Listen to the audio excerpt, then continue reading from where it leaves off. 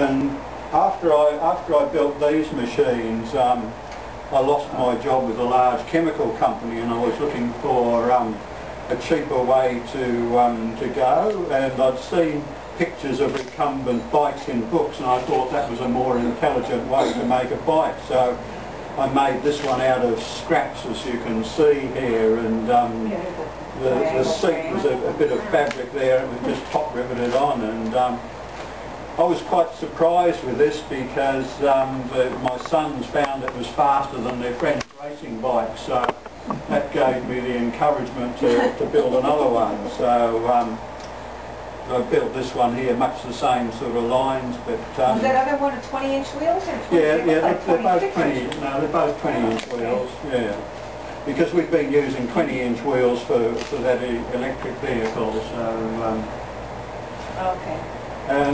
And after what I found was it was rather difficult to balance, and I felt a bit self-conscious falling off in front of the neighbours, you know, but the kids didn't take any time just to learn it.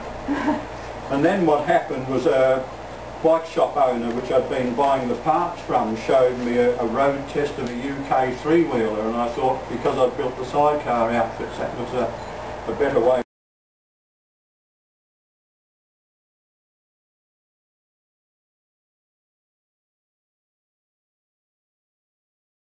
to go. So I built up the first three-wheeler, and I found that was a real revelation, because all of a sudden I didn't have to balance a damn thing anymore. You know, you could just concentrate on pedalling, and it would do really well. And in fact, I got so excited about that, I entered this big ride in Australia. It was from Bairnsdale to Melbourne. It was a Great Victorian Bike Ride, and that was 530 kilometres over 9 days, and I got so much interest in that, you know. Cameras followed me everywhere. In fact, the guy that took this photograph was taking photographs for the ride, and he, you know, got me up there at sunrise to take these photographs of the Trike. They're a bit faded now. Beautiful. That you can imagine.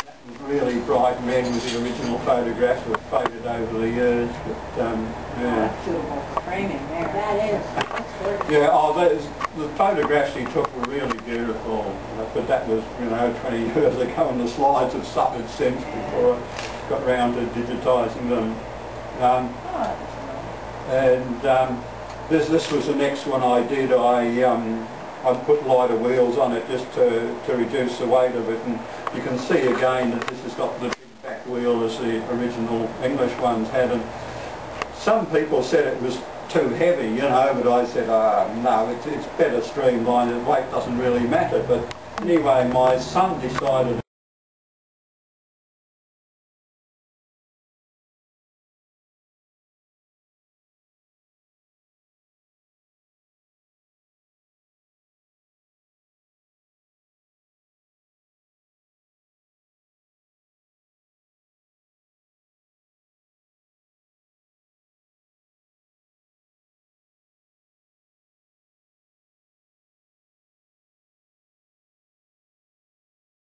it was too heavy, so these ones, I think he built this one here that has got the 20-inch wheels all round and a light frame, and I was so surprised at the performance of that. It was much better than what we had before, better than what I would have expected.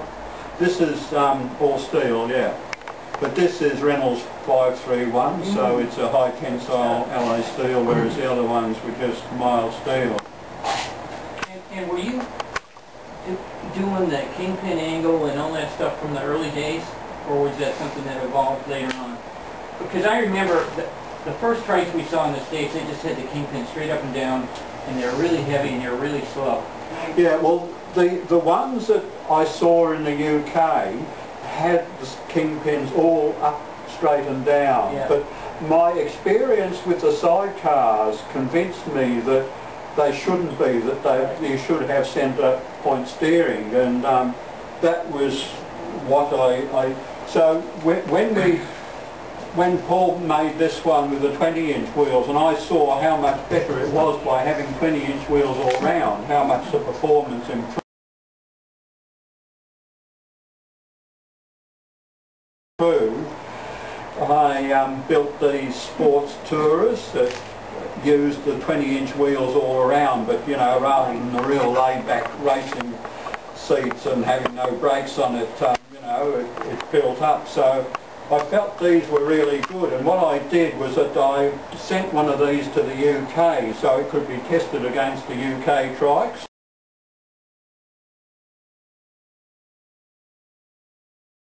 And that was done with this catalogue here.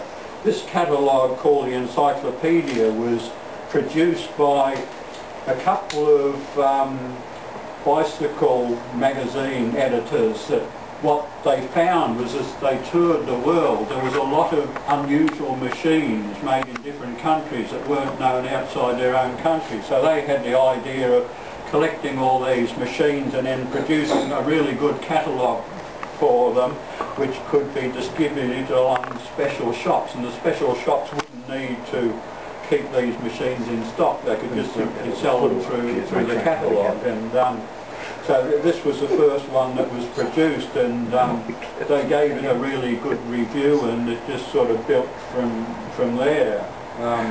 What happened was that I think,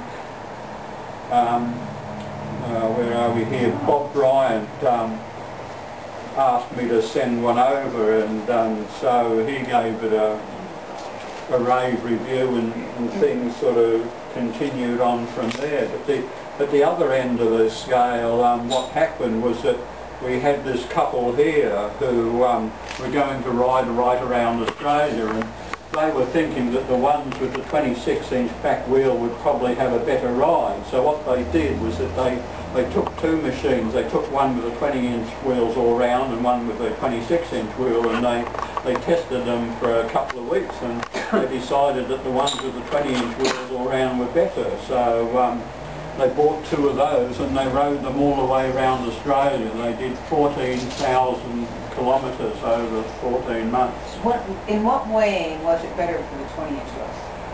I think they just found it got a better ride. Now, what we found was that it didn't really matter the size of the wheel. That didn't seem to make any difference. What made the difference was the tyre itself, how flexible the tyre was. And the advantage of using the 20-inch wheels was that you had less twisting over the frame as you went round the corner, because there wasn't so much leverage. And that in turn made it possible to make the frame lighter, and the frame members were shorter and stiffer and so on. So you had a compounding effect of not only having the wheel smaller and stronger, but also that the frame was smaller and lighter, and the whole machine was more compact. So you had a number of savings by going to... Does it make any difference to the speed having 26 as opposed to 20?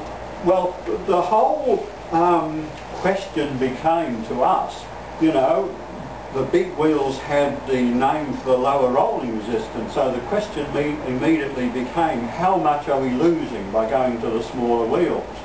So what I did was that first of all we tried rolling down the hills to see what difference there was, but there were so many variables, you know, with the wind and how you were sitting on the trike and so on, that you couldn't really tell. So then I made a special machine. I made a machine that would measure the rolling resistance of the tyres. And I went through and measured a whole lot of different wheels and tyres, and to my surprise we found that, believe it or not, the smaller wheels actually rolled easier once you had the same section tyre. In other words, the same tyre construction, the same section size, the same pressure. And I think the reason that the small wheels have the bad name is because traditionally the small wheels are on children's trikes, and they put real rubbish tyres on them. So we found once we got a decent tyre, then the rolling resistance, believe it or not, was actually better with the smaller tyres. It's nice having all the wheels the same size. Same size, yes. Well, it makes it much easier.